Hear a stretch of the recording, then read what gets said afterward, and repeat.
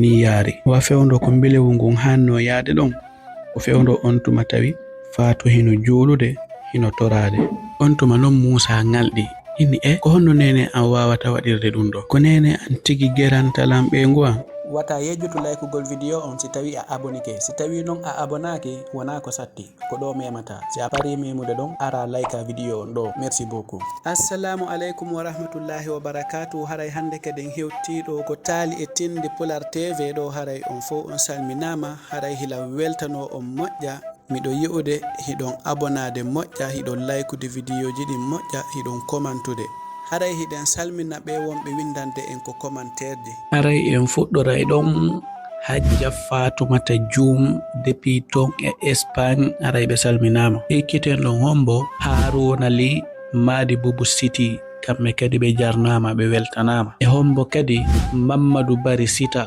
Colonne depuis ton e Sierra Leone e hombo kadi Oumarou Sow Sénégal depuis ton e Espagne e o bandirawo men wiyeteɗo ɗo Halimatu Bokum depuis ton e Dalaba salminen hombo kadi o kotirawo men wiyeteɗo ɗo Alpha Yahya Diallo o haray himo salmina ɗon biro makko Hajja Tuppi Diallo wontirɓe ton e Kulkule leydi Kundara haray kamɓe kadi ɓe salminama ari wayrindirama kono hewtama kadi salminen kadi o kotirawo men wiyeteɗo ɗo Mamadou Momini Teliwel Diallo aray kamɓe kadi hiwrama ɓe weltanama salminen ɗon kadi hombo o kotirawo men wiyeteɗo Amadou Demba Seydi depuis ton e Italie région aray kamɓe kadi ɓe salminama ɓe jarnama ɓe weltanama salminen o kotirawo men wiyeteɗo ɗo kadi Abdoul Gadre Diallo depuis ton e Lebekeren centre aray ɓe weltanama kamɓe kadi depuis ton e Lebekeren Mali en salminay ɗon kadi Diallo Boubacar Kenya depuis ton e Dakar haray o weltanama on jarnama nani en salminay ɗon kadi Mouhammadou Diallo depuis ton e Orléans France haray kamɓe kadi ɓe weltanama ɓe jarnama moƴƴa ko wona seeɗa haray heɗitiɓe on fof komantunoɓe o sakkitoro e o vidéo sakkitaɗo waɗede ɗo yoɓe hetto inɗe maɓɓe ɗen ko sakkitorde vidéo o ɗo tigi e hoore mum haray ɓe fof hiɓe jarna hiɓe weltana kala kadi faalaɗo yettede yo windu inde makko nden ko commentaire ji haray on fof hiɗon weltana hiɗon jarna yehen ko taalol nde saare ɗo hinde wi'e Joolol saare heccuɗunde saare fotunde welunde yaade e nden saare ɗon non hino wonno e nden saare lanɗo moƴƴo lanɗo nunɗuɗo imo wondi ton e o sonnajo makko wi'eteɗo Salimatu kamɓe ɗiɗo noon gila ɓe jommidiri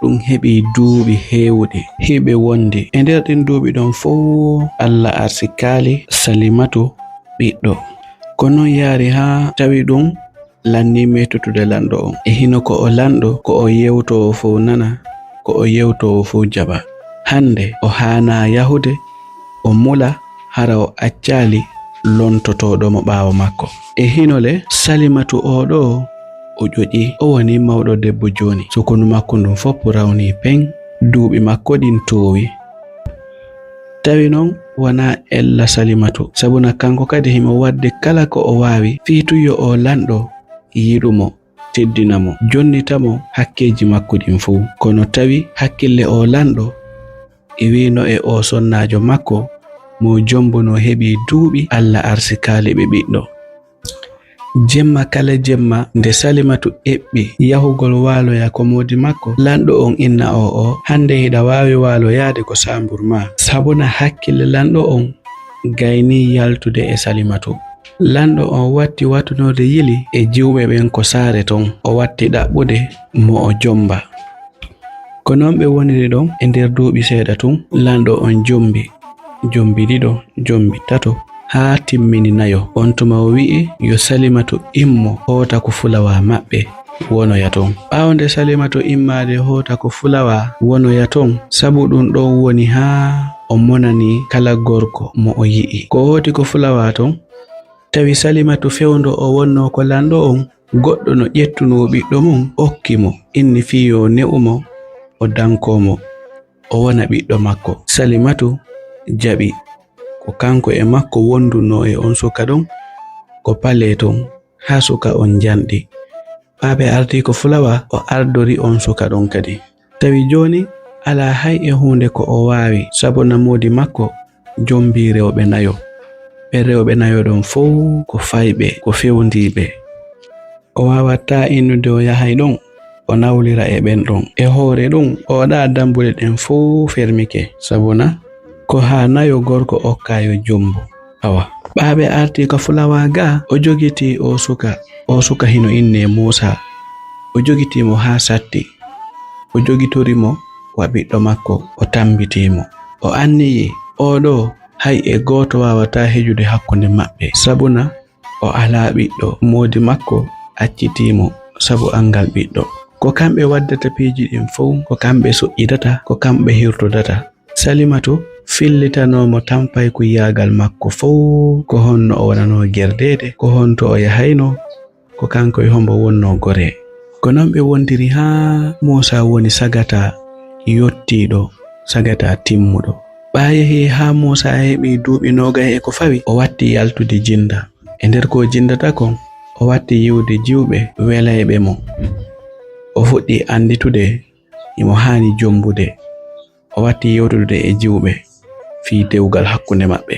Laawol go Musa ɓa yewtidi goɗɗo e ɓen jiwɓe ɗon. O ƴetti on jiwo ɗon o innimo himo faalamo holloyde nene makko sabuna Musa ko oɗo mawɗo debbo tun andi nene anda nene mum. Jiwon inni awan. Mawɗo debbo on ɓayi e jiwo on sayli few itti boti e jiwo on. Tawi sayinde Musa addi jiwo ko makko wo fi hollinirgol mo e nene makko wonde makko on ɗon o faala jombude. Nene makko inna o mi yiɗa ya jombu oɗo. O etoto etiti ɗin fow o itta bote e jiwo on. O joɗoto o miijito ko honno o wawata gerdirde ha hara Musa jombali. Ko honno o wawata ittirde bote e jiwɓe ɓe o addoyta ɓen sabuna himo andi Musa addoyay goɗɗo go kadi. Ko non ɓe wondiri ɗon mo Musa addi wo maho debbo inna o itta bote makko. Musa addi wo maho debbo itta bote on ɗon. Woɓɓe si ari o inna oɗo darino o wa'i himo hori o janɗa.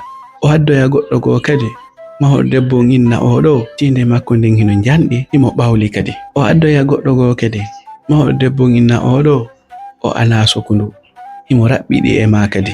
Musa addoya goɗɗo go kadi maho debbo inni oɗo haysa yi'utunno o darirta ɗon a anday ko jiwo bonɗoni. Koko laba ha feƴƴiti yawata hejjidede ko dewgal mum. Sayinde Musa addi debbo wo mawɗo on ittay bote on tigi. Kono mawɗo debbo on sakkitoto wi'ugol Musa mi faala ya hettolan ya nanalan min ko mi nene ma. Nenirawo ƴakkata ko haɗi tuttana ɓiɗɗo. Jentolan nyande mi e mo hanoɗa jombude on wo ma nyande adduɗa mo hanoɗa jombude on wo mi jaɓante on tigi. Kono wata seytin miɗo andi ko mi woni wadde kon. Miɗo ɓurma andude ko moƴƴamma kon. Mi faala ya hololan nani. Musa inna awa. Musa woni ɗoftiɗo nene makko mo o sikki on ko nene makko. Kala mo o jogiti on ko nene makko nde wi'i oɗo wona debbo fima wo Musa wallinay fi on debbo ɗon few. O selaymo o tertotomo. Mawɗo debbo on ko piije seeɗaji hawtodiri e makko. Goɗɗum himo monani kala gorko sabu ko lando o waɗi mo kon. Ɗimmitel mum o yiɗa hankadi yo debbo go wonu hakkude makko e on suka ɗon sabuna ko jiwɓe go woni hakkude makko e modi makko. Ko ɓaɓen ɗon jiwɓe no jiwɗi ko saare ton waɗi ha modi makko yiɓen ɗon selimo accitimo. Joni o hawtindiri ɗin ɗon ɗiɗi fow o monani yimɓe ɓen. O yiɗa hay e goto wona hakkude makko e o suka ɗo. Kala ko o wawi kon kala ko o andi o waɗay fi wata Musa jombu.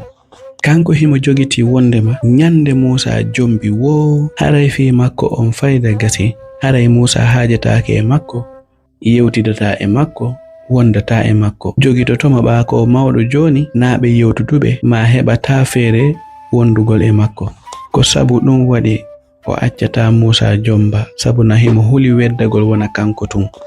Nyandere go Musa yalti ko saare maɓɓe. O yehi o fottoy ɗon e jiwo labaɗo kadi jiwo welowo mo. O jiwo ɗo imo inne Faatu. Ɓaɓe fotti ɓe yewti seeɗa tun ɓe famodiri. Musa tañƴini e ngol ɗo non o jiwo ɗo himo timmini sartiji ɗin fuu. Kala sarti mo nene makko wonno ɗaɓɓude o jiwo hino wondi e majji.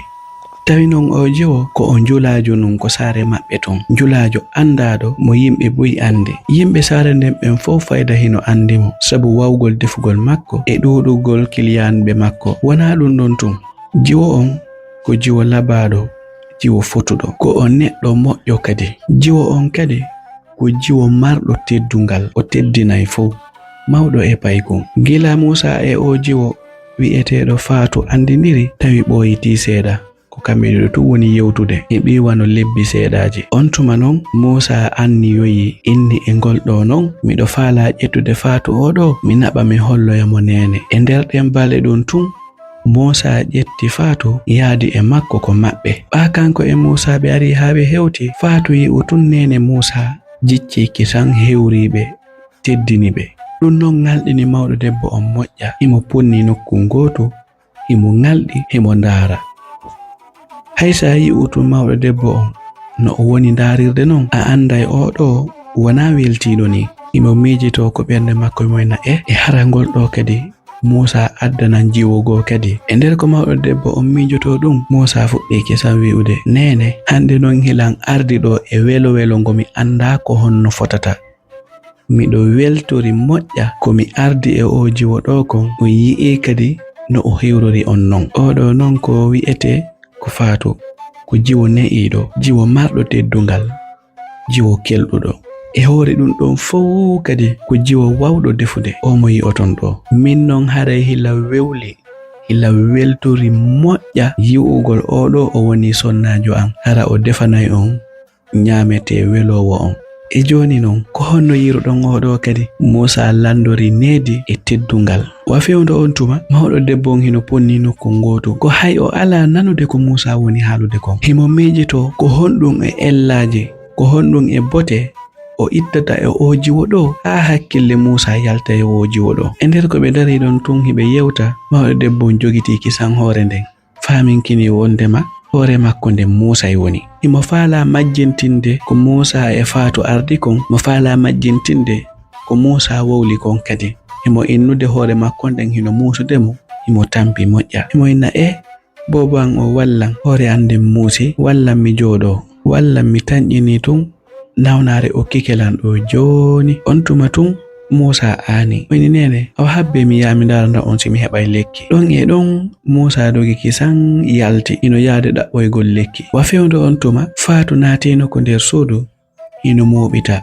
hino weƴƴita, hino moƴƴintinna. Himo ɗaɓɓita ko honto mawɗo debbo on wawata waalade balndi newindi, balndi moƴƴiri haa hoore nden jayta. E nder mon o yalti kisan o yehi o addo e ndiyam fi jonnugol mawɗo debbo on, fi yo yaru ɗum ɗon haa Musa arta. Kala ko o andi fi ko jaytinta hoore Musa inde o waɗi ɗum tigi. E nder o jiwo ko o wakkili kon fof. Wa fewndo on tuma mawɗo debbo ko hunde wotere woni miijade. Ko honno o raɗorta o jiwo, ko honno e yejjintinirta suka makko on, o jiwo mo addiɗo o. Nden nyande ɓe woni ɗon haa yewtere nden ɓe gaynitaki nde. Ɓaayi haa niɓɓi weeti Musa arti ko galle, tawi mawɗo debbo on hino jooɗi, o ari o jooɗi takko makko. O wi nene o waali e jam, sikku hoore nden tampinano on buyi. Mawɗo debbo jaabiti miɗo e jam bobo an o. On tuma ɓe hiwrondiri ɗon, ɓe yettindiri moƴƴa. On tuma Musa inni awa ari ko ɗum addunolan fi andugo so tawi on waali e jam. Musa fokkiti hotugol tun, mawɗo debbo inni Musa abbalan o inni ndara hino woodi komi faala e yewtu. On tuma Musa inni awa yo biro ko sago tun. On tuma mawɗo debbo on jaabi awa yo Musa ko fi o alhaali kun jiwon kun addunora ɗo hanki. On jiwo ɗon no mi yiri mo non a wawata jombude on ɗon. On tuma tun Musa inni e hara ko fi honɗum nene ko honɗum yewɗon e makko ko tawata ɗum haɗaylan jombude mo. Musa hino landito nene makko, hino jiɓi andude ko honɗum woni honɗum. O inni ene hara o labaka o nanda e neɗɗo teddinayɗo goɗɗo, ka hara o nanda e neɗɗo moƴƴo, ka hiɗon sikka o nafata ma ɗum o wawata defude, ma ɗum o wawata dankade en. On tuma Musa wi'i min dey oɗo ɗiɗi mi landi on ɗo fof mi tanƴini, miɗo andi kadi himo wondi e majji ɗi fof. Kala ko gorko ɗaɓɓata e sonnajo kon hino e oɗo. E ngol ɗo non ko honɗum tigi tigi woni ko welali on e makko. On to mawɗo debbo wi'i, bobo an on heɗitolam, min komi woni nene ma, nenirawo ƴakkata ko haɗi tuttana ɓiɗɗo. Mi yiɗanama tana, komi yiɗuma kon ala hay e goto ko hoore leydi ɗo yiɗuɗoma ɓuri komi yiɗuma kon. Ko woni tun komi haalantama o jiwo ɗo wona fiima. Simi haalanima non ko yanadu jaɓa komin ni'uma, komin dankima, komin soyuma lebbi 9 bambuma duuɓi 3. Simi wowli miɗo andi komi wowli kon jaɓanan. A fewndo on tuma ko mawɗo debbo on haali kon tawi haɗi Musa wawutagol jaabagol goɗɗum ko. On tuma tun Musa tori yaafuye inni yo nene makko yaafomo ko ɓe jaabondiri kon. Musa meeɗa yiɗude yeddondirgol e nene makko ma jaabondirgol e maɓɓe. Kono ɗum haɗali ɓa Musa yehi, kala ko o jooɗi himo miijito. O eɓɓi e ngol ɗo non o landoto nene makko ko fii honɗum. On tuma o yeltiti o yehi ko nene makko. O wi nene, mi nani ko maako ɗon kon. On yiɗayo mi jombu faatu ka. Kono non miɗo faala on landade piiji 2 ma 3. Ene, hiɗo wawi lan haalande ko fii honɗum waɗi ha wiwɗon mi hana jombude faatu. On tuma tun nene makko non ɓurti tabintinde yewtere nden. O wi o jiwo makko ɓen fof feƴƴini. On tuma tun Musa inni ha ko honɗum wari nene makko e ben makko. On tuma tun Musa inni nene awa non ko sifa ɓeɗo hani jombugol. Neɗɗo mo andanta hoore ma nene makko e ben makko fof feƴƴini ko kanko tun. E hori ɗum kadi ko neɗɗo kelɗuɗo wakkiliɗo. Ɗum ɗon mi tanƴini hanano wonde sabu hatta min jombidira. E nder ko ɓe yewtata kon, Musa hino faala tentinande nene makko hiɓe yiɗidiri ɓe weldino gila neeɓe. On tuma tun nene makko jaabi, o inni Musa an wata yejjutu ka ɓiɗɗo lanɗo, ben ma raɗi en tun kono ka ɓiɗɗo lanɗo a hana jombude mo ala nene e baba. Fi on non a anda hay fus e gurdam makko ɗan. E hoore ɗum kadi ala hay e goto mo toroyto ɗen. Si o heɓi hande ella o ala nene o ala baba fof ko enen fawtoto. E hoore ɗum kadi a anda ko none e nawnaje honɗum o jogiti, a anda ko honɗum woni sabu mayde mawɓe makko ɓen. Mawɗo debbo on kala ko o tanƴini yilta e ɓernde Musa nden e faatu imo haalude. Fiitun wata Musa jumbu faatu. Fiituyo Musa ittu hakkille makko ɗen e faatu. Tawi faale debbo on fof o yi'ali ella hay fus e faatu. Ko fiitu wata Musa jombu on ɗon Musa yejjitoyamo kanko ko ɗum tu woni ɗum ɗo fof. On tuma Musa eɓɓi jaaboto e ngol ɗo hay si tawi o yiɗano jaabade. On tuma woni nene ko maako ɗon kon fof mi nani mi faami mi jaɓi. Kono min komi ɓuri e tanƴinade on anda tigi ko hombo woni faatu. Si tawi ko sago an on mi heɓuno ko yon accu tun eseyoɗen ndaren. Si tawi ko kulol fi angal andugol yimɓe makko ɓen ma iwdi makko ndin mi etoto eteteɗen fof ha mi humpito ko hombo woni mawɓe faatu, ko leñol hongol woni iwdi faatu. Si tawi hiɗo yiɗi kadi mi yahanaymo mi addamo ha ko men ɗo. On tuma siɗen faala e landutomo lanɗe ɗen faala ɗen landade ɗen fof e fe makko on. Si hawri woniri non ha joni hiɗon ko wonɗon ɗon on weltoramo wona hay ko tongata mi selaymo sifano mi seliri ɓe ya hedditinoɓe non ɓen fof. Kono si tawi ko nunɗal e neɗɗanke yagal en hanamo añirde sabu ɗum ɗo tun. Hara ala hay e hunde ko tawata ko accitirɗen mokon hiɗen felliti e nden hunde ɗon. Ɗum e wonde mawɗo debbo on weltora ko Musa woni haalude kon o wawata yeddude e Musa e ngol ɗo. On tuma mawɗo debbo on inni awa mi jaɓi ko wiwɗa kon. Hay tungitali seeɗa tun Musa yalti yehi noddoyi faatu fi yoɓe yaadu ko maɓɓe woda ko nen makko landimo. On tuma ɓa Musa e faatu ɓe ari ha ɓe hewti. Mawɗo debbo on inni faatu sadi ma ko tooli koko mani min hiɗa andilan yimɓe sare nden ɗo fof mo andalan ɗuuɗa. Min ko gonga mo woni ɗaɓɓude ko gonga mi faala ko neɗɗo nunɗuɗo mi faala.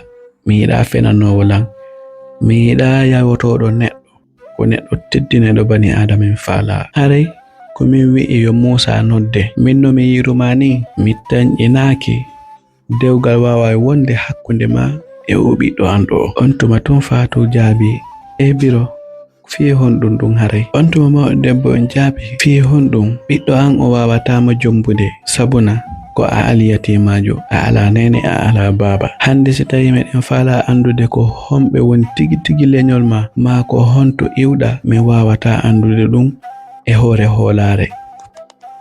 Ɓiɗɗo an on ko o ɓiɗɗo lanɗo, o wawata jombude neɗɗo mo annanta hoorema, o ala tarika, goɗɗo anda honto woni iwdi makko ndi. Ɗum satti e Fatou moƴƴa, satti e Musa. Fatou jaabi awayo biro, mi nani ko lande ɗon lankon. Fatou immi hooti, o hooti himo wulla, himo andita no mawɓe makko ɓen feƴƴiniri non, himo andita wakkilare ko o woni wadde kon. Hande goɗɗo hino andintinamo wondema nene makko e ben makko fof feƴƴini e hoore yurmede nde o feƴƴinno e ande e suno e mettu ɓernde, sabu ko mawɓe makko ɓen feƴƴini kon. Tawino Fatou jaabino wondema e biro ko honno wawatoran landorde ma ɗum haalirande. Sifa ɗi konguɗi ɗo hiɗon andi ɗi konguɗi ɗo ɗi welata e ɓernde, ɗi welata e noppi. Ɗin hari mi taƴƴinanoki mayde ben an ma mayde nene an, ɗum haɗay lan dewgal, sabu na ɓen ɗon no ɓe feƴƴiniri non. Kala yewtuɗo fi mayde nene an ma ɗum mayde ben an, a andintinay lan suno e yurmede e mettu ɓernde e ande ko aduna an. Miɗo wawno la wi'ude tun wondema ɓiɗɗo mon on jombatalan, kono hara on andintinallan ɗin sunoji ɗon, ɗin mettu ɓerndeji ɗon.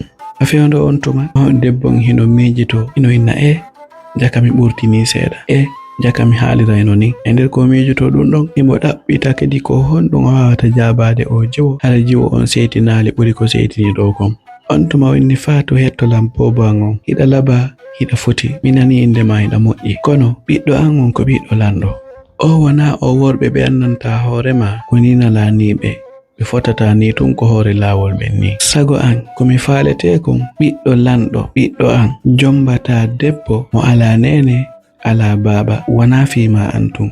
On tuma ɓama o debbo gayni haalde ɗum satti e Fatou moƴƴa ko wona seeɗa. On tuma Fatou inni onon no mi yirayno on non, mi tañƴinaki on haalano lanɗi konguɗi ɗo. Min inde anden ko Fatou, min wona mi majjiniɗo ko nder saare ɗo. Ben an hari ko lanɗo nun, ko gonga komi aliyatimajo, kono mi wonirali aliyatima nina lanni tun, sabu wa fewndo ko ben an laamino, ko laamugo iwri ko iwrata. Ari ko laamateri ben an, ɓe wari yimɓe ɓen ɓe pii woɓɓe, ɓe nangi woɓɓe, ko e nder mum nene an e ben an feƴƴinori. Min kadi ko yi'otol lanɗo o komi ɓiɗɗo lanɗo. Si tawi o yeddi lande jama on ɓe haalanay on komi woni hombo. Mi taƴƴinino si tawi hiɗon anduno fi an moƴƴa, on landotanoko lan, ma ɗum on wi'atano lan komi aliyatimajo. Wako o gaynata haalude ɗum yeeso o ma on debbo, yeeso ngon heewi tew gonɗi, himo andita himo wulla. A fewndo on tuma Musa hino ronditi juuɗe ɗen, hino ngalɗi, hino ndaara, hino huli, hino yurma. O inni mawɗo debbo on, min non no mi yiruma ɗo ni, ina ƴetti o suka ma, waɗimo ko newre ma. Kala ko o faala se a faalaka, o heɓata ɗum tigi. Kala ko faalaɗa haysi tawi o yiɗa, o hendoto ɗum tigi. Wa fewndo on tuma Fatou seytini moƴƴa, woni si hawri non woni eɓɓirɗa jogitorgol o suka ma ɗo ni, haray sitta son jombidir, sabu a wawata heɓude goɗɗo ko ɓurɗo lan handude e o suka ma. Acce ɓawnitagol kadi e ɓaawo andeji e ɓaawo sunoji jama on, fi innugol ɓiɗɗo ma on hewtali ko o jomba, ma o wawata jombude goɗɗo, sabu ɗin miijoji ɗi min jiɗa ɗon. Wa Fatou gayni haalude ko haalta kon, o hucciti imo seytini. Wa Fatou hucciti, mawɗo debbo hino jokkintinamo konguɗi e joni ba hari nun ko a ɓiɗɗo lanɗo, ko ɗum faalaɗa la yaworde ko nder suudu an ɗo, towna hito mango yeeso an. On tuma tun o wi Musa, ayi komi won ma haalandewol kon, o jiwo ɗo o handa e ma, o hino heewi jikkuli, kara han feppirton. On tuma tun Musa jaabi, enni nene mi taƴƴini tun ko onon mettinanimo, ko ɗum waɗi ha o jaabori on ni, kono non mi yahay mi ɗaɓɓitoyamo, min ndaara si hakkille makko ɗen, si ɓernde makko nden jippoto. Musa gayno haalde ɗum ɗon tun adu nene makko fuɗɗade jaabagol mo, o yalti kisan, o dogi imo doga jokkitoya Fatou. Ɗum e wonde o hittini fi jokkitogol Fatou, o dogi ha o ronki, o wawali hewtitade Fatou. Ɓa o ronki on tuma o wi'i joni yo hotu ko galle. o inni maɗum yo yahu ton ha o hewtoya ko Fatou en. So tawali ton Fatou o habbo ton Fatou ha Fatou arta. On tuma Musa ari joɗi habbi Fatou gila bimbi ha kikiɗe. ɓa yehi ha telen kikiɗe on tuma non Fatou arti. ɓawo ari o haynike Musa hino joɗi o ngalɗi. On tuma inni ene Musa ko ndu waɗata ɗo? On tuma tum Musa inni Fatou ko non halirantalan non kasi a yi ilan haray a weltaki. On tuma tum Fatou inni hey kam Musa hettolan sikkiɗa nande hari ko nene ma wonnolan haalde kon ka yeso ma ɗon wona ɓawo ma ɓe wonno haalude. O suuɗakima o suuɗakilan o laaɓani en poyi o faalaka yen jombindir fes. On tuma tum Musa inni hey kam Fatou hettolan miɗo toroma ya yaafo lan toroma yaafuye moƴƴa ko na seeɗa e nder konguɗi nene an haalan maɗin fo. On tuma tum Musa inni joni ɗandi kon ɗo wonne wadde naten ko nder suudu wawi yewtude ko dari ɗen ɗo e wawata yewtude ɗo ko nani. On tuma tum Fatou jaabi inni hoye joni yoni saɗima ala ko suudu ɗo yaw hota nene ma haali a nani a jabaki yeso an ɗon a ari e jokkitugol lan ga kadi yaw hota accalan ko an ɗo ala hay e hunde ko wawɗe yewtude. On tuma Fatou hocciti fokkitu yahugol tum Musa inni yo nangumo e nder ko ɓe poɗodirta ɗon kon tum Fatou giila fokkiti yanugol Musa nangimo o ƴetti Fatou naadimo ko nder galle ko nder suudu tawi Fatou gayni nawnude o addi ndiyam fi okkorgol Fatou. On tuma Musa acci ton Fatou hooti jemma on fo Musa hino miijo fi Fatou ɓaweti bimbi o dawi o yehi ɗon e nokku ko mawɗo gorko woni andiraɗo wawgol nyawndugol. O ari o fillitani mawɗo gorko on imo faala lekki yo mawɗo o wallumo. On tuma mawɗo on inni hino wawi fi mum wallaymo. Tawi gila ɗum non Fatou kala ko yiwɗa himo joɗi himo wulla himo miijito himo suni. On tuma ɓa yehi ha nyalorma Musa yehiti ko Fatou en o ari o tawi Fatou immike. On tuma Musa inni hey kam Fatou hiɗa andi komi faala ko ya accu yewten famodiren wata ɗum sunine wata ɗum aanine si Allah jaɓi mi waɗay komi wawi kon fow fiyen jombindir ko min yi'uma inni hilan faalama jombude wata ɗum aanine ko nene an kadi haalan ma ɗum awa accu fow e juuɗe an. Ɗum e wonde Musa hino haalande Fatou fi yo hakkille makko ɗen deeƴu yo hakkille makko ɗe waalo ɗum haɗali Fatou hino suni hino aani. Yehi ha tawi joni Fatou ko woni miijade ko dogugol yalta ko saare maɓɓe ton acca naɓe saare nden imo miijito kadi inna si o iwi ɗo o yehi o fuɗɗitoyto e baa kala golle ɗe o golloyta ton kadi sabuna ton o andaka. On tuma kadi o miijiti o anditi ko biro makko haalanaynomo ko waajotonomo fewndo o wonno paykon wondema ko satti wo ko satti wata o jaɓ gorko jombamo hara nene gorko on yiɗa.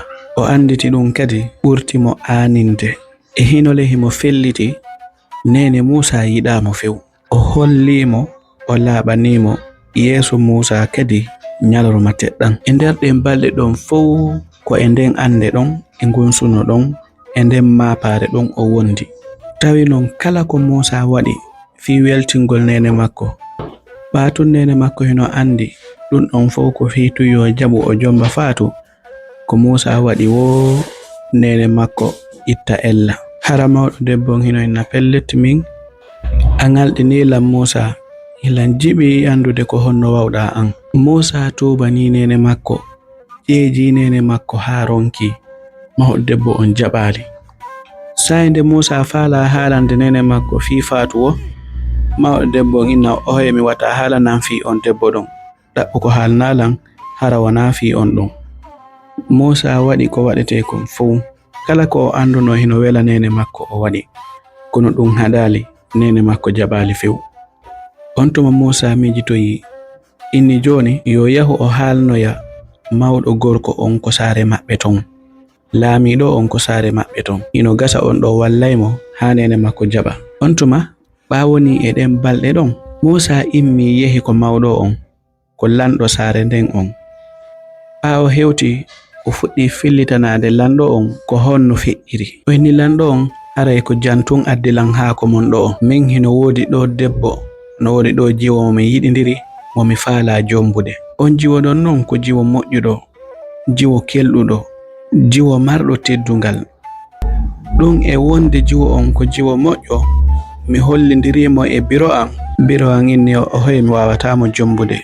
mi etike ha mi ronki fiyoɓe jaɓuɓe jaɓali e hoorele min ɓami yi'i ko neɗɗo moƴƴo ilan yiɗimo ilan faalamo jombude. te biro an kadi saloraki hay e hunde si wona wondema wo jiwo on ko aliyatimajo. ko ɗum tumɓe salori wona fi goɗɗum go. haray ko ɗum woni ko addilan ɗo. haray miɗo tori on non jeeji wallitelan ha mi jomba mo. on tuma tullanɗon inni Musa, haray mi nani ko haaluɗa kon. miɗo anduma, miɗo andu ko a suka kelluɗo wakkiliɗo. a suɓotako ko jaasi kadi, kono hiɗa andi no nene ma wa'i. so yehi ha o faalama wadde goɗɗum ko accintinta mo ɗum koko satti ken accintinta mo ɗum. ɓawde mi hettadema non ko haaluɗa kon e fe on jiwo ɗon mi yurmama on moƴƴa, mi fodatama hay e hunde. kono noon si Allah jaɓi mi waɗay kala ko mi wawi kon ha wawon jombidirde. joni yahu ko sifa on ɗon hana ɗaɓɓanede dewgal, ko sifa ma kadi hana ɗaɓɓanede sonnajo, sabu na kelluɓe ɗiɗo si hawtidirama ɓe nafay. kono joni ko mi wiyatama ko ya yahu hota mi noddoya nene ma o ara gamen yewta si Allah jaɓi. on tuma lanɗo on neli ko nene Musa inni hino faala yo ɓe yiidu, tinna non himo hawjiri. on tuma nene Musa humpiti nelal ngal ɓorni ari hawriti lanɗo on hino nodditi moko baɓɓen fow ko saare maɓɓe ton fow hino ari hino jooɗi. ɓa nene Musa hewti fow tawi hino habbimo, hiwrodiri e makko, welti, jaɓɓimo. on tuma baɓe gayni hiwrodirde. on tuma tun lanɗo on ƴetti konngol kisan. on tuma o immi o wi'i haray saɗi mon ko tooli onon ɓe moko baɓe nodditaɓe ɗo fow wondude e ɓe sonnaɓe ɗo. haray ko waɗi ha mi nodditi on ɗo ko fi nene Musa o ɗo. so yi'i no mi nodditi onon ɗo on fow ko sabu hunde teddunde, sabu hunde hittunde, mawnunde woni sabu yo mi noddudi on onon ɗo on fow nde wotere. haray ko honɗum wonata ɗum ko ɓiɗɗo makko on ari waɗi lanɗo hito e hunde anindemo e hunde mapindemo. o ari ɗo o hollila wondema ino woodi jiwo mo o yiidi e mu'um, o yiɗimo sabu wakkilare makko, sabu kelɗere makko, mo faalamo jombude e yewti ha ɓe fotti kamɓe ɗiɗo, kono nene makko jaɓali. haray non ko ɗum woni sabu ko mi noddiri on ɗo. haray ko seedintingol onon ɗo on fow mi faala yo accu suka on jomba jiwo on, sabu na ko ɓennon ɗiɗo hana hawtidirede. ɓiɗɗo makko on si weltike kanko kadi hino hani ko o welto. miɗo faala yo jaɓu ko Musa landimo kon o weltora kadi dewgal ngal. on tuma nene Musa ndaari tawi wawata yeddude konngol lanɗo on ma ɗum yeddude ɓemmo ko baɓe jooɗiɓe ɗon fow. o jaɓi ɓa ala ko o wawi, kono himo felliti, himo andi ko nder wonki makko, ko nder ɓernde makko o weltora, o yiɗa. joni ko woni ande makko ko honno o wawata wurirde e o jiwo ɗo. on tuma mawɗo debbo on hooti mo seytini o wi ɓa tum Musa jaɓali, o jiwo ɗo kadi jaɓali. mi hollayɓe ko honɗum woni dewgal ngal nene suka jaɓali. mi hollay mo none mbadiji an ɗin fow si Allah jaɓi. on tuma saare nden fow humpiti wondema ko Musa woni jombude faatu joni. iɓe heblanade fi peera on. gila ɗum ɗon mawɗo debbo on kanko ko woni haaju makko, ko woni faale makko, ko honno o wawata gerdude ha nyande peera on ellaji fuɗɗo heɓade nden nyande. wona ko sabu ɗi piiji ɗo waɗi o yiɗano yo Musa jombu on jiwo ɗon. o inni joni si ɗum ɗon fopp wawai marsude ko ma o holla wondema faatu himo yiɗi, himo weltori ko ɓiɗɗo makko o woni jombude mo kon. joni piiji go si wawai marsude ko ma o yaha ha o anda ko honto faatu hoɗi. on tuma o immi o yehi o hewtoyi ko faatu en. hewtugol makko o naati o jecci o faaminkini o ninsi ko o haaluno faatu ɗiya konguɗi feƴƴunoɗi. joni mo etade ha faatu hooloma wondema ko o haaluno kon fow ko seytane haalinnomo wona e hoore sago makko, wona anniye makko. Joni o yiɗi himo faalayo ɓiɗɗo makko on jombo Faatu joni. Ba Faatu yi'i ɗum himo ngalɗi, himo jiɓi ko honɗum waɗi ha o mawɗo debbo ari ha ko makko, hino jicco, hino toro, hino wulla. Ɗum e wonde mawɗo debbo on waɗi ko waɗi kon fuu torike yaafafuye, hino ngalɗini Faatu. Kono ba Faatu ko jiwo moƴƴo laaɓuɗo ɓernde, o inni wona ella. O miji o inni hino gasa hara ko hakkille an ɗen tunkani e mu'um, kono neɗɗo kala neɗɗo hino waɗa ella. Kono goɗɗo kadi so yehi ha o torike ma yaafuye, hiɗa hani mo jaɓante. On tuma Faatu inni awa yobbiro mi nani ko maako ɗon kon. Joni sente kam on mi aroyay ton si Allah jaɓi ɓurti yewtude. On jarama. Ɓa yehi ha weeti Faatu immi yehi tawoyi mawɗo debbo on. Hewtu tun jogodiri e makko. Faatu hino welti. Mawɗo debbo on kanko himo andi ko eɓɓi kon marsay joni. On tuma ɓa woni ɗon balɗe tawi peera on satanoma. Mawɗo debbo on immi ari ko Faatu en. Inni Faatu yiɗande kon no mi faala joni ko ya accu mi ara wonde nga mi hollama mi wurtanama piiji goo ko honno hebu lorta haaju on. Ɓa hiɗa andi ala hay e goto mo wallidirta. On tuma Faatu inni awa joni himo ndarude. Faatu mijiti inni ɗum ɗo de hino ngalɗinalam tun. Tawi Faatu falaka jaɓude ko mawɗo debbo wi'i kon. Ɓa Muusa aroyi. On tuma Faatu fellitani Muusa ko honno feƴƴiri. Tum Muusa inni jaɓu ko nene haalan makon waɗe ɗum. On tuma Faatu inni o ndara mi yiɗayo min waɗir non. Tum Muusa inni kere ha joni hiɗa monaniɓe ko ɓe haalannoma ɗiya konnguli ne. Faatu inni hoye wona fi ɗum de. On tuma Muusa inni awa sa jaɓali mi sikkay awa ko ɗum. On tuma Faatu fuɗɗi moɓitude conci makko ɗin, moɓita nder suudu no nder ton fuu hebullo fi peera on. Tawi mawɗo debbo on kala ko yiwɗamo himo ara waajo Faatu haalanamo ko honno warrete, ko honno gerdete. Hino landomo tawsa hay honto conci ɗi o ɓornoto ɗi ñande haaju on, ko honto o mariɗi, ko honno o dankortaɗi. On tuma Faatu yehi ndaroy robo mo o faala ɓornade on ñande haaju makko on.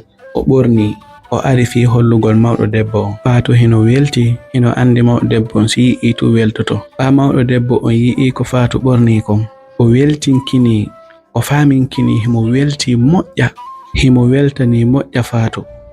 O inni darino robo labira jaka ko buy o wawi suɓude concol labangol.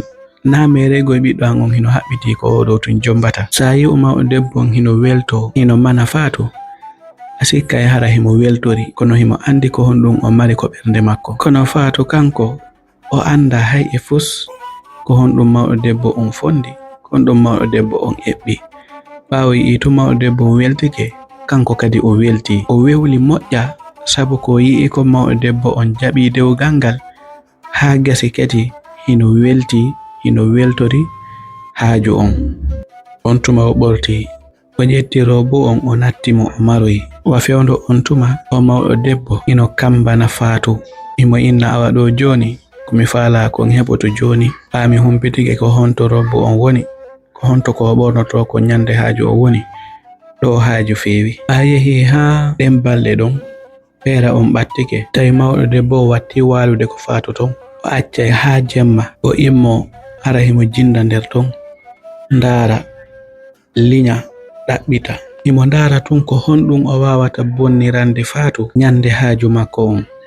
On tuma hakkille makko ari ñande weetay haaju on, yo ndaaru ko honɗum o hibbata e ko Faatu ɓornoto kon, fiwata Faatu ɓorno ɗum ɗon nden ñande. Hara si Faatu ɓornike, yimɓe yi'a hino toni ma hino kaani, ma ɗum Faatu ronka ɓornade ɗum ɗon fo wajita Faatu sabota mo. On tuma o yehi o ƴettoy robo mo Faatu hanno ɓornade on, o ƴetti ko wojji cos o hibbi e robo on. O hendi robo on o hibbi mo fo nebbantugi. Ɓa o gayni o hoti ko makko, himo welti, himo mijito inna yo ɗo moƴƴi jango.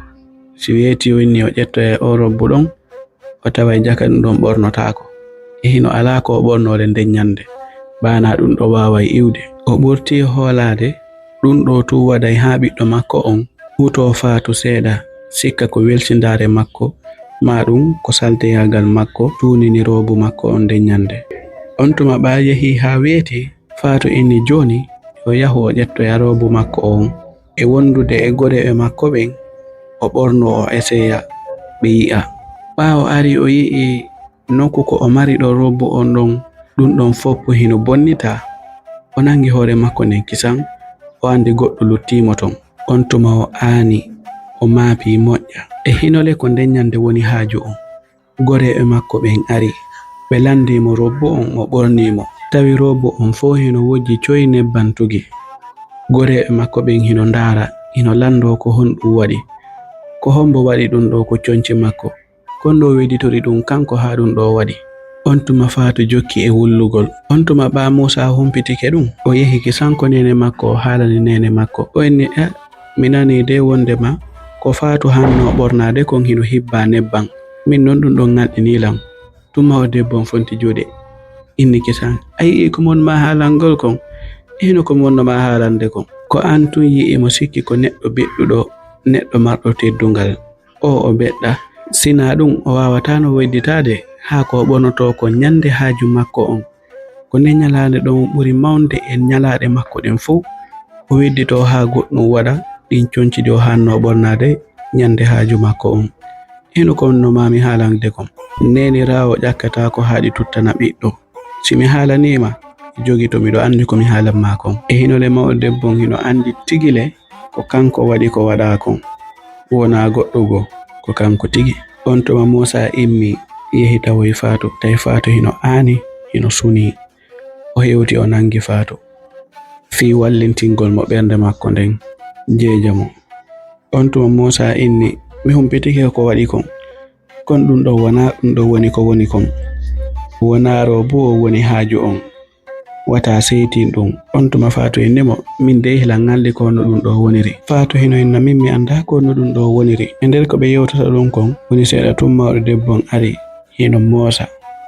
On tuma mawɗo debbo ari jooɗi inni hey boban on wata ɗum maapine, wata ɗum aanine, anani ɗoytu welsindare ma nden ɗum ɗo moƴƴa, debbo hana welsindade sabuna ɗum ɗo ko welsindare waɗi ɗum ɗo. Adama debbo on ndarude ko honɗum e konguɗi haalanta Fatou ha hakkille Fatou ɗen deja ko algol ɗum inna himo welsindi. Kono mawɗo debbo on haaliri ha inni sa o yejjiti neɗɗo ko mawɓe makko ɓen ardata, si hawri ya fini a yi mawɓe ma ɓen hino saltidi ananday e maɓɓe ma welsindoɗa sifa maɓɓe. E nder ko ɓe yewta ɗon kon tun tawi ɗum ɗon metti Fatou moƴƴa, o andi o mawɗo debbo ɗo ko woni haalude ko fi mettinangol mo. On tuma tun Fatou nangi mawɗo debbo on, nangi mo ko dande duñi sabuna wa fewndo. On tuma Fatou hino setini o immi kisan o inni min goy mi anduno on weltoraki yomen jombidir, on weltora min e ɓiɗɗo mon on yomen jombidir, kono ɗum ɗo si yehi ha laaɓi haray juuɗe mon iwali e mum, sabuna min goto andaka suudu an si wona onon, ko hay Musa mo mi jombidirta on o anda ko honɗum woni honɗum ko an, ko onon tun mi holli, ko onon tun andi on to conci an ɗi woni, mi itta juuɗe e mo on ɓamin miɗo felliti wona min waɗi, te ɗum ɗole ko goɗɗo waɗi ɗum ɗo. On tuma tawi yimɓe fof hino ngalɗi. On tuma tun Musa ngalɗi ɓinni ene Fatou ko honɗum waɗi, a feeti anda ko nena wonɗa nangude ɗum duña. On tuma tun Fatou inni Musa mi feetalide, miɗo andi ko mi andi kon, ɗum ɗo woni tun kono wona min waɗi, goɗɗo go anda kadi suudu andum. E hinole ko waɗi ɗo ko goɗɗo waɗi ɗum ɗo, ko menen ɗiɗo tun andi honto conci an ɗi woni, te mille mi tewata ko mi waɗa ɗum ɗo, te ɗum ɗole ko tewiɗo pas waɗi ɗum ɗo, ko ɗum waɗi ha mi inni ko kamɓe, anani kadi ko ɗum woni haalude, ko nene ma tigi hibbi nebban ɗan ko robo an, hiɓe andi hilan andi, min non ko honɗum mi waɗi ɓe, ko honɗum mi waɗi ɓe ha hiɓe waɗalan ɗum. On tuma tun Musa inni hettolan Fatou mi nani ko wonɗa haalde kon, miɗo andi fewno ɗo hiɗa seytini sabu ko robo ma on waɗa kon, kono non a wawata toñire ɗum nene an. Wa fewndo on tuma nene Musa hino welti ko nder ɓernde makko sabuna himo renti Fatou e Musa hiɓe yewtude hino gasa ɓe yeddondira joni, ko eɓɓuno kon fi nyande haaju on yo sonke o heɓi ɗum tigi, himo faalayo Musa e Fatou yoɓe yeddondir moƴƴa.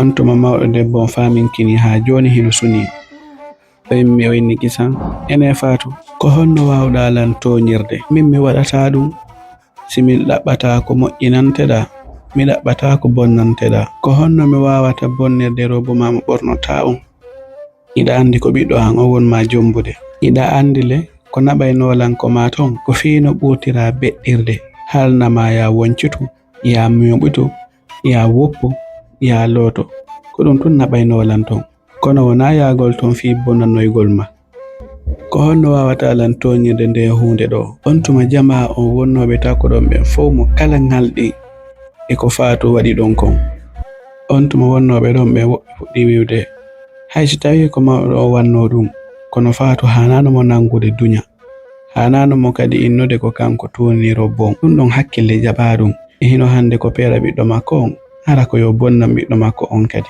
tawi fewndo on tuma Fatou hino wulla hino maapi himo inna min mi anduno ɗiɗo piiji fof arayno sabuna gila komin fuɗɗino yiɗidirde miɗo yi'ude ko mawɗo debbo o waɗayno kon kono gasi ala ella Allah reway laaɓal ɗum ɗo tun holliri wondema dewgal ngal weloy taafi kono ɓa arama ha hewtama ɗo ala ko goɗɗo wawi on tuma Fatou fuɗɗi wullude yalta goreɓe Musa ɓen ari nangi mo inni mo yo waɗu doy yo andu ɗum ɗo ko nyalande wotere feƴƴay joni yo andi to ɗum ɗo feƴƴi yo waɗu doy wa fewndo on tuma lanɗo on mo humpitede ko woni feƴƴude kon ko saare ton on tuma lanɗo on neli yo Fatou aro ɓa Fatou ari o landi Fatou ko honɗum waɗi o nani hawre waɗi nyande haaju makko on ton ha o falama yaltude ko ndu waɗi on tuma Fatou filliti fow ko honno fuɗɗora ko honno yara hano ɗum ɗon ariri ɗo ni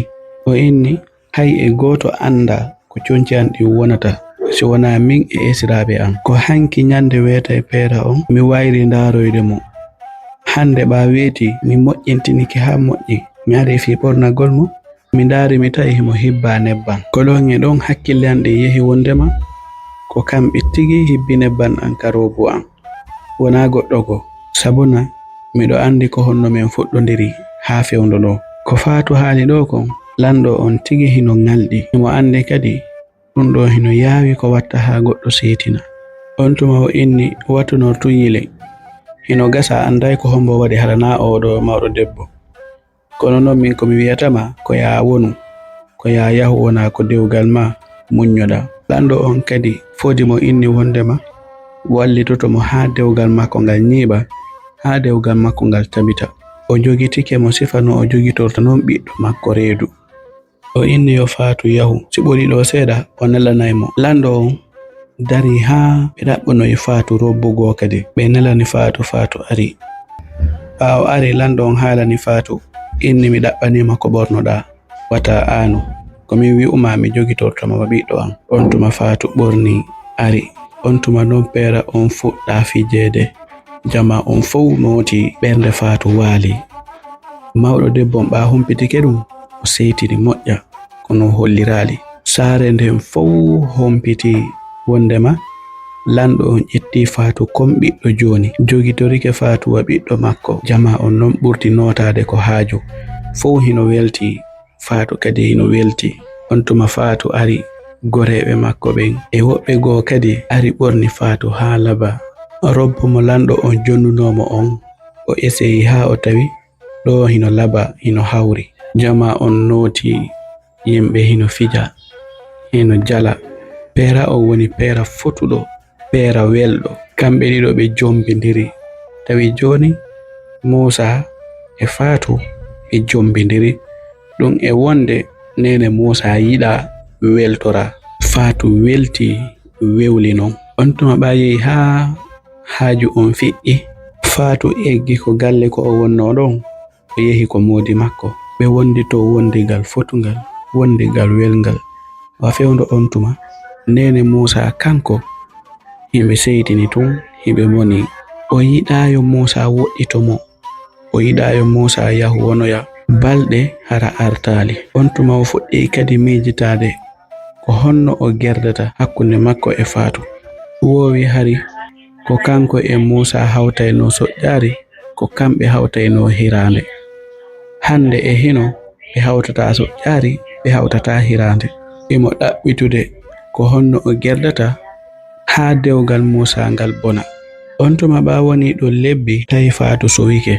Tawi sa'i kala mawɗo debbo on nedanay Musa yo ar o wona takko makko, wata o weddito e makko, wata o accirmo ni ka joni o sodiraymo ɓengu makko. Musa kadi ala ella o immo o ara o acca Faatu tun ko galle maɓɓe to saji go hara Faatu hino defa. Ko non ɓe woniri ɗon ha mawɗo debbo on inni Musa, aray joni komi faala ko ya accu mi yaha mi wonoya takko mon ton, sabu nayi ɗe balɗe ɗo ɓandu andun hino musude lan seeɗa. On tuma Musa inni awa ala ella, joni jango on aroyay Sallah jaɓi. Ɓaaweti bimbi mawɗo debbo on immi yehi hino jogiti hoore makko nden himo inna ɓandu ndun fuɗɗike mo musude. Ɗum fof ko fiitunno o wawa ɓattorde Musa e Faatu ko dewgal maɓɓe. Wa fewndo on tuma tawi Musa hino ko nder suudu, ɓanene makko ari o inni kisan kede nawnare nden tiiɗi ne ko sa'i hombo nde fuɗɗi on tampinde a wanate nderga. On tuma tuma debbo inni o jarami ɗo nata nder tun, accu mi joɗo ɗo tun, sabu na fewndo ɗo hilan tampi. Mawɗo debbo hino faminkini hino nawni hino mema ɓernde makko nden hino woya hino yeltondira. Wa fewndo on tuma Faatu kanko kadi ɓandu ndun fuu hino Musa mo himo giile. Tawi joni fayda asikay ko nawnare mawɗo debbo on nden ɓuri mapinde Musa. Ɗum e wonde mawɗo debbo on nawninkini e nder ɗum fof non Faatu hino andi mawɗo debbo on nawna. Mawɗo debbo on si Musa yalti o waɗata hay e hunde, si Musa naati o fuɗɗo wullude nodda Musa yo Musa artakko makko, wata Musa weddito e makko sabu na himo nawni. Wa fewndo on tuma Musa hino waɗa ko wawi kon fof, yaha wulnana mawɗo debbo on ndiyam fii ko o yara, waɗa piiji buydal. Wa fewndo on tuma mawɗo debbo on hino ɗaɓɓita tun ko honno wawata bonnirde hakkunde Musa e Faatu. Ɓaawoni ɗon e nder balɗe seeɗa mawɗo debbo on o iwali ton himo ton ha joni. Nyande wo mo faminkino ko nde nyande o ɓuri tampude. Sayje go se Musa yalti mawɗo debbo on ara e sonkangol Faatu haalana mo haalaji mettuɗi. Ɗum fof fi tuyo Musa aro tawa hiɓe yeddondira. Musa sikka joni non Faatu holliri wondema yiɗanene makko. Musa arte tun mawɗo debbo on faminkino hino tampi. Musa waɗa ko waɗete kon fof, ɓannanamo ndiyam, hokkoramo nyamete, kala ko hani waɗanede kon Musa waɗanamo. Ɗum e wonde si Musa yalti mawɗo debbo on ara yeddondira e Faatu ma ɗaɓɓitamo, Faatu haalnali Musa hino fanki bude hino jokki haaju mum. Faatu no jokki haaju mum ala fillitade ala haalde hay fus, haalnali Musa wondema mawɗo debbo on o nawninkini himo faala yo Musa yi an hoore mum. Ko non mawɗo debbo o woniri ton balɗe ha woni jonti joni. Mawɗo debbo on eɓɓa hotugol ko makko ko tongata Musa yaltude. Mawɗo debbo on ara kisan ɗaɓɓita Faatu fino ɓe yeddondira. O ɓittinani Faatu ko dewgal makko moƴƴa. Kala himo sabota himo wajita Faatu inna mo wawata defude, o wawata wupude, o beɗɗa kala konguɗi kanɗi ɗi o andi o haalana Faatu. Faatu hino jokki haaju mum tewtaki mawɗo debbo. Si Faatu moƴƴintini nder ton kadi ha moƴƴi, mawɗo debbo on tewoto pas ara bonnita piiji go. Yehi ha tawi joni si Musa arti mawɗo debbo on immoto inna ma watta forsude, sabuna si o yalti Faatu waɗantamo hay e hunde, o tampi o sonjike. Kala haalaji bonɗi ɗi o andi o haala Faatu, o ño'amo o waddidiramo e modi makko. Nyande wo nyande asikkay ko ne nyande ɓuri sattude, Faatu tampi non sonji suudu makko ndun faaɗanimo hakke mam sonja o mawɗo debbo. Nyande fin weeti wo mawɗo debbo on hino woodi ko haalana Musa wadditiramo e Faatu. Ko non ɓe wondiri ɗon ha nyandere go Faatu inni joni non o muññantako mawɗo debbo on. On tuma o ari o tawi Musa nyande go hino jooɗi. O inni hey kam mi yi'ino wondirɗen nder gaani, nene ma waddidira e woni. Gila ɓe ari ɗo min hilan andi ɓe nawna, ko fiyo ɓe wawi wonde hakkunde men ɗo ko ɗum addi ɓe. Haray wattu yili e maɓɓe moƴƴa. A yi'ino mi fewndori ɗo ni, a yi ko ɓe woni wadde kon. Nyande artuɗa wo hiɓe nodduma hiɗon gundo, mi anda ko ndu won ɗon haalude. Kono ɓe mi sikka ɓe hino weltori dewgal men ngal, wattu no riili moƴƴa. Wona fi ko nene ma, hande min kadi ko nene am. kono non mi haalante gonga kan on tuma tum Musa en ene ko hondu nanguma angilaneɓe hiɗa yi ella e nene an koni accu tertoɗaɓe kono wawata innede wondema nene an hino arifi bonnugol dewgal men ngal arentaɓe nawol ka joni ko on ɗum falɗa mi waɗo an tigi hiɗa andi ko onɗa haalde ɗo ko wona gonga hiɗa renti nene hino tampi hino nawni hiɗa renti ɓe ala ɓiɗɗo goo komin ɓe renti komin tu wawata ɓe wallitade wattu yilide ko onɗa haalde kon ko nene an ni tawi yehi ha joni Musa holotako ko fatoni haalde kon fof hinole ko fatoni haalde kon ko gonga ayi faatu kanko tun himo jooɗi himo miijo fingal dewgal makko ko honno o wawata worirde ni e ngal dewgal makko hino ala hay e goto mo o wallindirta wona nene wona baba wona jaajirawo wona kotirawo na miñirawo on tuma o anni joni o haalata e fus o haalanta modi makko ñandere go faatu hino hocci kanko tun himo ñaama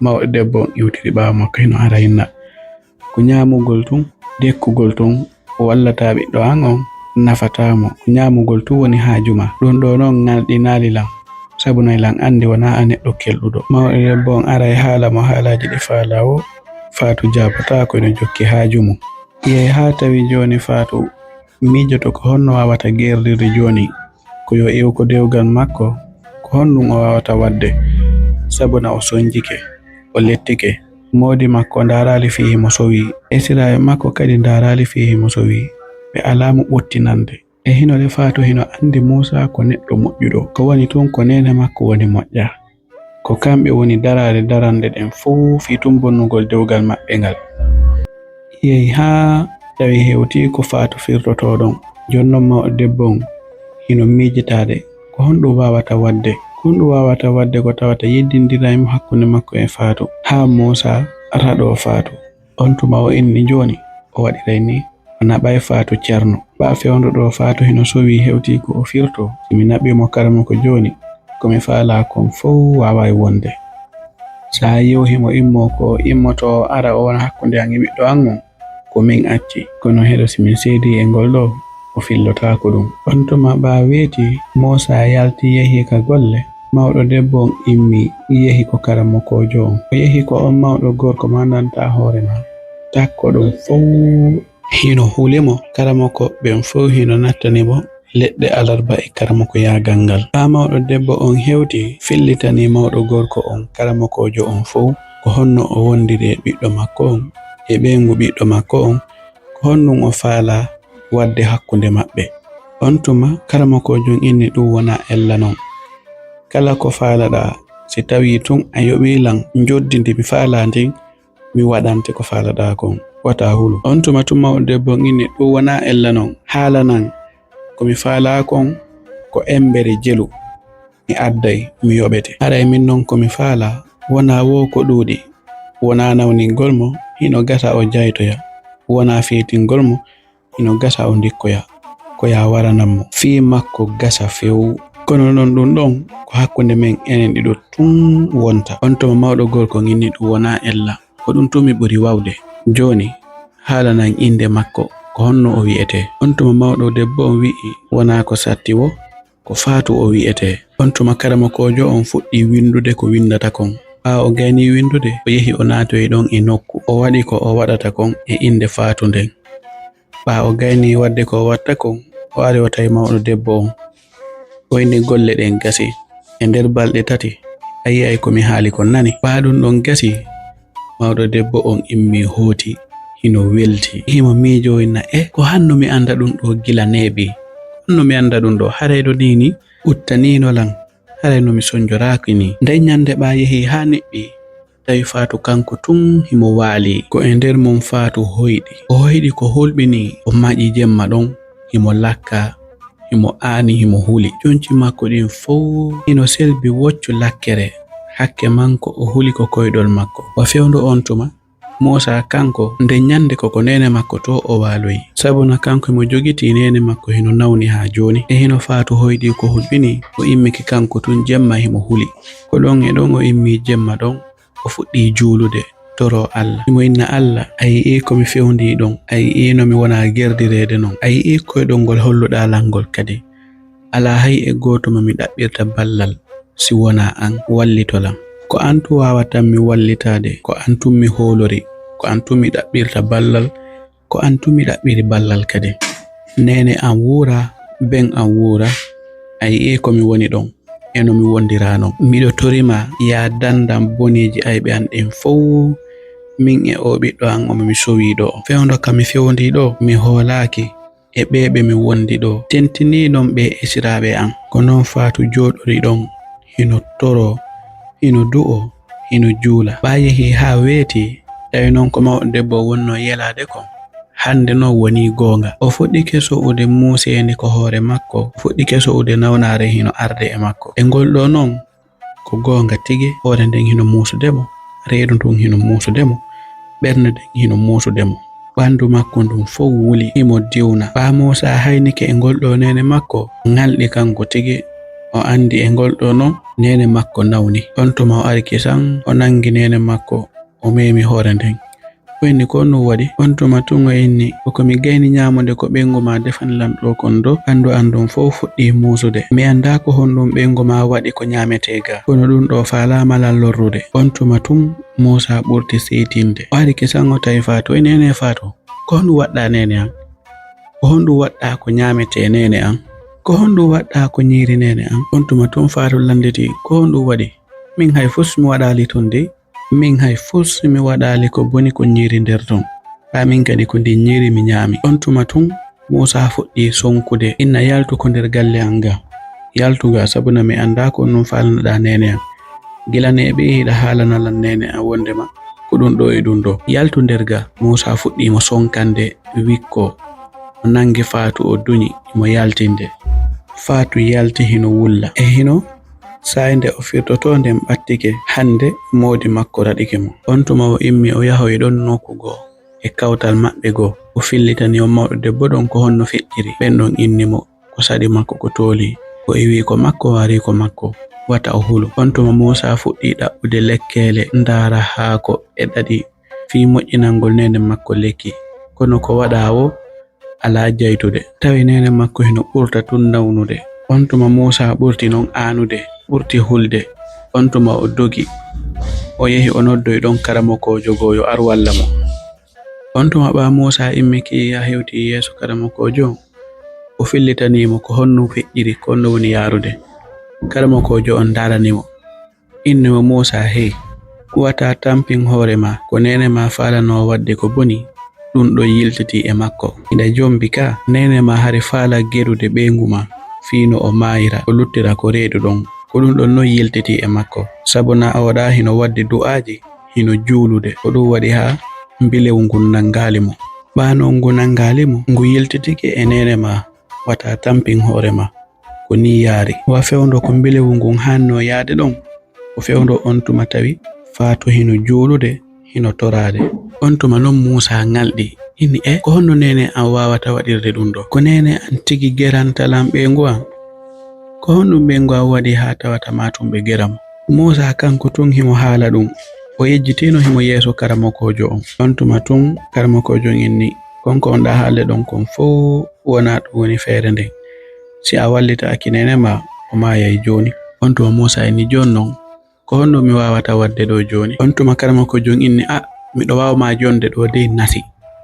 Si o yari ɗum ɗon Musa en ndin ɗuytoto seeɗa. Kono noon haray fiyo iwu tinna, fiyo iwu fes hara tampintamo, nangitatamo ko e hoore sarti ɗum ɗo wawata wonde. O nodditay jama on fow, yimɓe saare nden ɓen fow ara, lamɓe ɓen ara, fow jooɗo o haala ko honɗum e honɗum o wonno o wadde Fatou. Si o gayni haalude ɗum ɗon mbilew ngun fow bontay.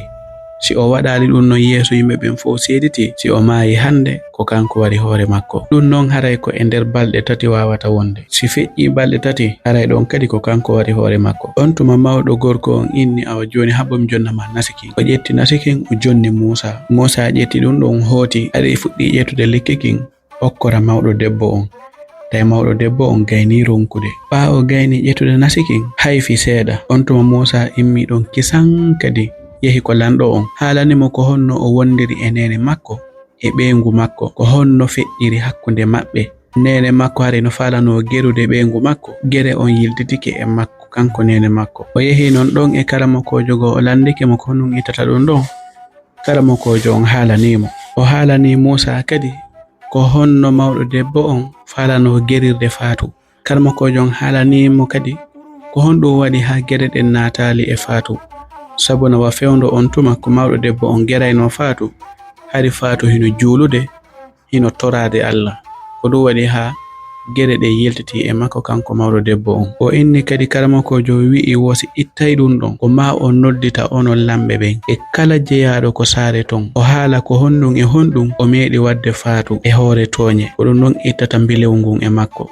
Si wona ɗum iwata ɗum kadi ko e nder balɗe 3 sina ɗum o maayay. On tuma lanɗo on ngalɗi moƴƴa ko honno goɗɗo wawata gerirde ɓeengu ɓiɗɗo mum. On tuma lanɗo on inni awa mi nani yahu hoota mi humpita yimɓe ɓen fuu waɗen ɗum ɗon jango. Lanɗo on noddi ton goɗɗo go battiɗo nder ton o neli mo.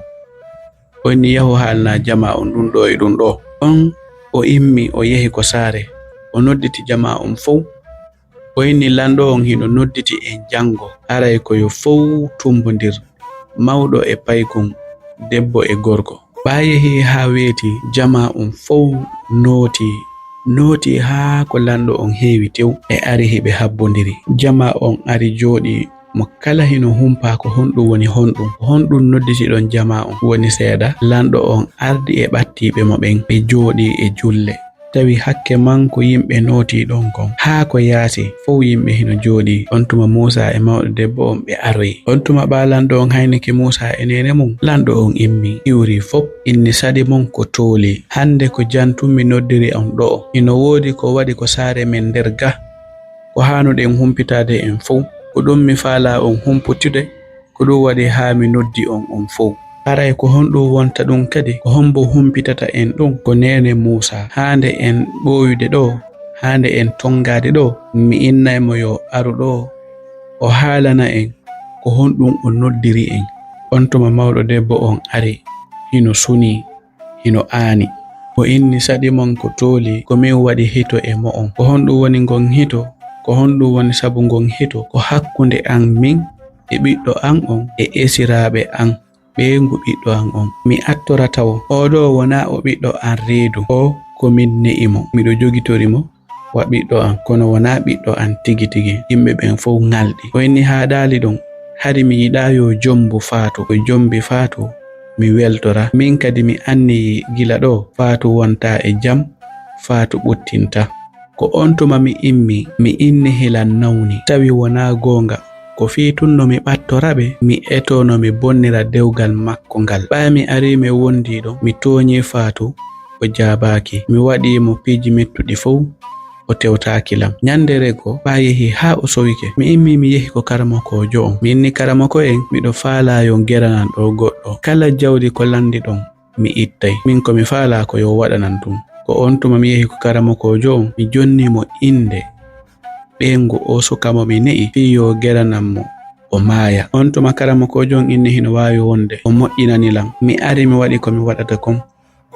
Jakawa fewndo on tuma tawi Fatou hino juulude hino waɗude du'aaji. Mbilewu ngun nangali Fatou o yiltiti e an ngu nawninilam tawi mi wawata hay hunde joni. Ɓiɗɗo an on immi yehi landoyi karamokoɓe ɓen ko honɗum ittata ɗum ɗon ɓe haalanimo e inni ko ma mi waɗira ni mi yara mi haala ɗum ɗo yeeso onon ɗo on fof fi yon seedito. Si wona ɗum ko min tigi maayata. On tuma jama ko on ɗon kon fof kadi ngalɗiti kadi mo kala nangi hoore mo kala hino ngalɗi hino inna hersa neɗɗo bonɗo jaka goɗɗo hino bona ha hewta ɗo. On tuma non o mawɗo debbo hersi mawɗo e paykon hino ngalɗi lamɓe ɓen hino ngalɗi ɓiɗɗo makko ɗon tigi e hoore makko hino hersi. On tuma tun mawɗo gorko on lanɗo on immi kadi inni ene kere nyande pera makko on ko an kadi hibbuno nebban ɗan ko robo makko ne. Tun mawɗo debbo on inni hi ko min tigi. On tuma tun sukaɓen fuɗɗi kisan sonkude faali piwde mawɗo debbo on. Ino inna mawɗo debbo bonɗo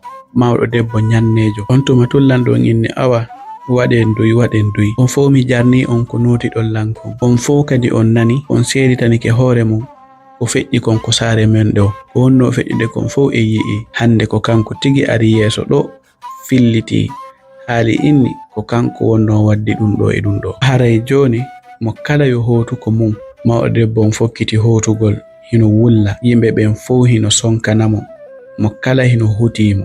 on tuma lanɗon inni wata hay e goto memo mo yo accu o hoota o gerda e hoore makko. Ka hersa ɗo wawata wondude e ka hersa ɗo. Jama on fuɗɗi hotude mo kala fuɗɗi hotude.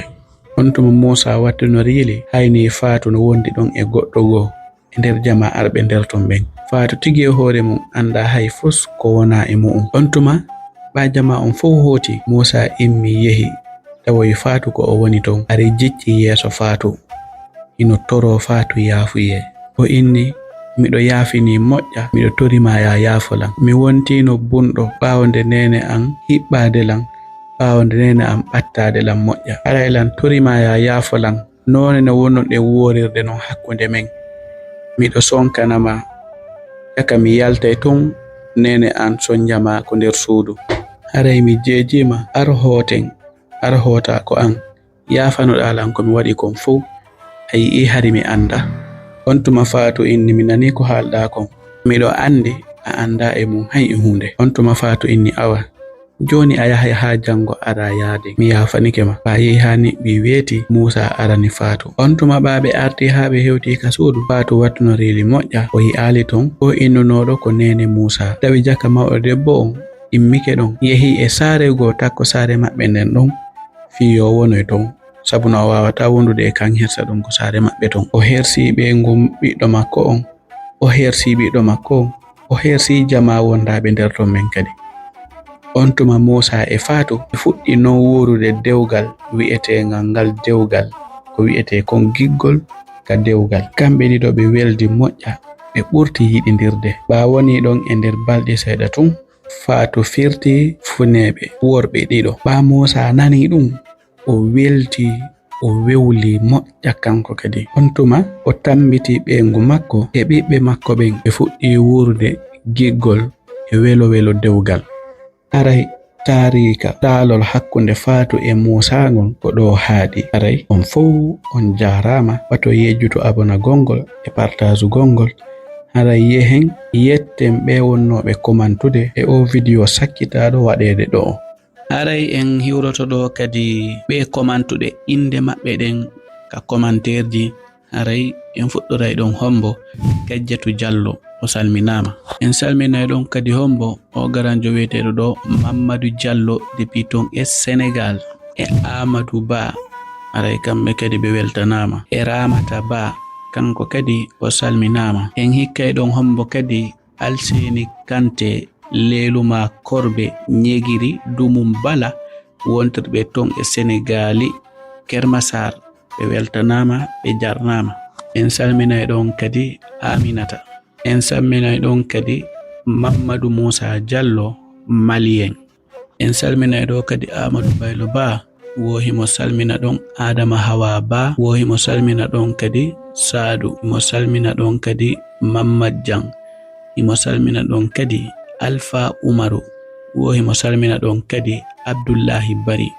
aray ɓen ɗon kadi fof enen kadi en salminiɓe. aray en hikkay ɗon kadi Salimatu Diallo depuis ton e Sénégal. en salminay ɗon kadi Hajja Aissatou Sow wontirɓe ton e leydi Espagne wohimo salmina ɗon kadi séri makko Samba Sow. aray hiɗen jarnaɓe du'anoɓe dewgal welgal dewgal barkungal. en salminay ɗon kadi Barkatu Diawo depuis ton e Madina Gounas aray kamɓe kadi ɓe weltanama.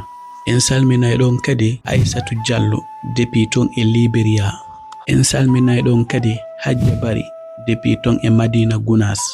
salminen ɗon kadi Amadou wontirɗo ton e leydi Bissau. en salminay ɗon kadi Ramatullahi Diallo. en salminay ɗon kadi Mamadou Basariou Diallo. salminen ɗon kadi Madan Kande Mbalo. en salminay ɗon kadi Papis Dabo depuis ton e Itato Kedugu Sénégal. o hari heɓe ɗaɓɓitude o sen wiyeteɗo Tale Tindi Polar TV. Allah waɗi hande ɓe hawrodiri e taalol kesol. aray ɓe jarnama ɓe weltanama kamɓe kadi. en salminay ɗon kadi Abdullahi Diallo Lamfande Sembe Mar o haray himo hiwro kala darowo Tale Tindi Polar TV. kamɓe kadi ɓe jarnama. En salminay ɗon kadi Tahirou Ba depuis ton e Sénégal o hade ɓe wulɗama taali tindi awa en hewtiti kadi. En salminay ɗon kadi Balde Ramatullahi depuis ton e Mauritanie. Haray en salminay ɗon kadi Mariama. Ara en salminen ɗon kadi Gajjatu Diallo. En salminay ɗon kadi Mariama Diallo Sénégal Madame Ba original. Haray ɓe weltanama kamɓe kadi yo Allah waɗu barke ko dewgal. En salminay ɗon kadi Hajja Tigidanke Diallo depuis ton e Sierra Leone jeyaɓe ton e Mamoun Timbo o weltanama. En salminay ɗon kadi Salagay depuis ton e Madina Gounas ikken ɗon hombo Mamadou Ba. Aray on fof on jarnama o weltanama en e video go kadi si Allah jaɓi.